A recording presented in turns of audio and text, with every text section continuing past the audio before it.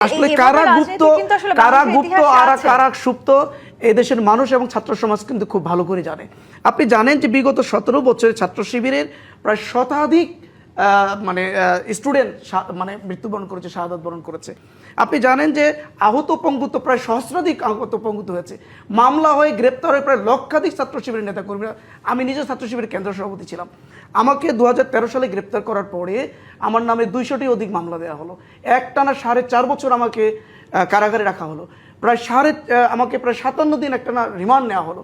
আমাদের জাহাঙ্গীরনগর বিশ্ববিদ্যালয়ে যে ক্যাম্পাসে অতিথি পাখিরা মারলে 500 টাকা জরিমানা হয়, সেখানে ছাত্র শিবিরের একজন কর্মী নামাজ পড়ার অপরাধে তাকে সারা রাত ধরে ধরে সুজ দিয়ে তাকে ফুটা ফুটা করে তাকে নির্যাতন করা হয়েছে। এর কোনো বিচার হয়নি। রাজশাহী বিশ্ববিদ্যালয়ে কত ছাত্রের যে পা কেটে ফেলা হয়েছে, এত কিছুর পরেও ছাত্র শিবির রাজপথ থেকে কখনো গুপ্ত হয়নি। আসলে ছাত্রদল খুব পরিকল্পিতভাবেই ক্যাম্পাসগুলোকে অস্থিতিশীল করার চেষ্টা করছে। সাধারণ ছাত্রছাত্রীদের কাছ থেকে যখন তারা বিচ্ছিন্ন হয়ে পড়েছে, সারা বাংলাদেশে যেখানে ছাত্র সংসদের নির্বাচন হয়েছে, সেই নির্বাচনগুলো থেকে তারা বুঝতে পেরেছে যে সাধারণ ছাত্রছাত্রীরা তাদের সাথে নেই।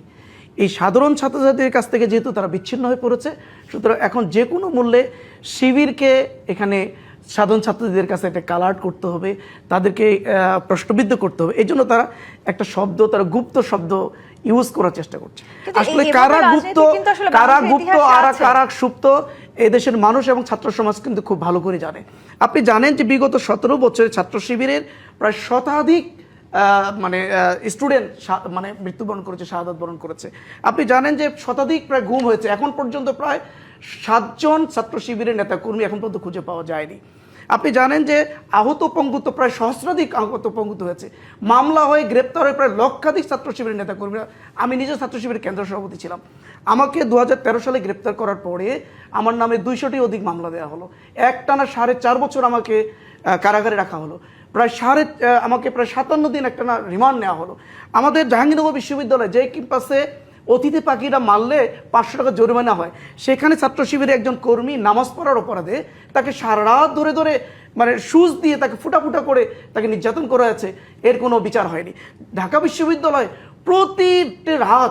প্রতিটি রাত 2-3 জন করে এইভাবে পিটিয়ে রক্তাক্ত করে তারা বের করে দিয়েছে। রাজশাহী বিশ্ববিদ্যালয়ে কত ছাত্রের যে পা কেটে ফেলা হয়েছে, এত কিছুর পরেও ছাত্র শিবির রাজপথ থেকে কখনো গুপ্ত হয়নি। 2025 সালে আমি বলি 2025 সালে ঢাকা বিশ্ববিদ্যালয় ছাত্রদলে যখন 593 জনের কমিটি ঘোষণা করা হলো, এখানে প্রায় শতাধিক ছিল ছাত্রলীগের, যারা ছাত্রলীগের রাজনীতির সাথে সম্পৃক্ত ছিল। এর মধ্যে প্রায় 6 জনকে তারা তাৎক্ষণিকভাবে বহিষ্কার করে।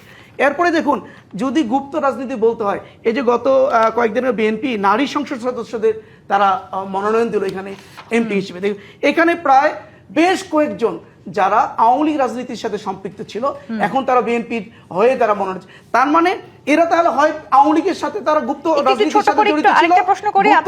সাথে জড়িত ছিল। আজকে এই গুপ্ত রাজনীতি বলা হয় খলিলুর রহমান, যিনি গত অন্তর্বর্তী সরকারের সময় জাতীয় নিরাপত্তা উপদেষ্টা ছিলেন, তিনি ওখানে গোপনে গুপ্ত অবস্থায় থেকে আজকে সুপ্ত হয় তিনি শিলং থেকে ফিরে এসে তিনি আজকে বড় বড় কথা বলছেন। তিনি ওই কয়েক বছর গুপ্ত অবস্থায় আওয়ামী লীগের রাজনীতিতে যুক্ত ছিলেন এতদিন।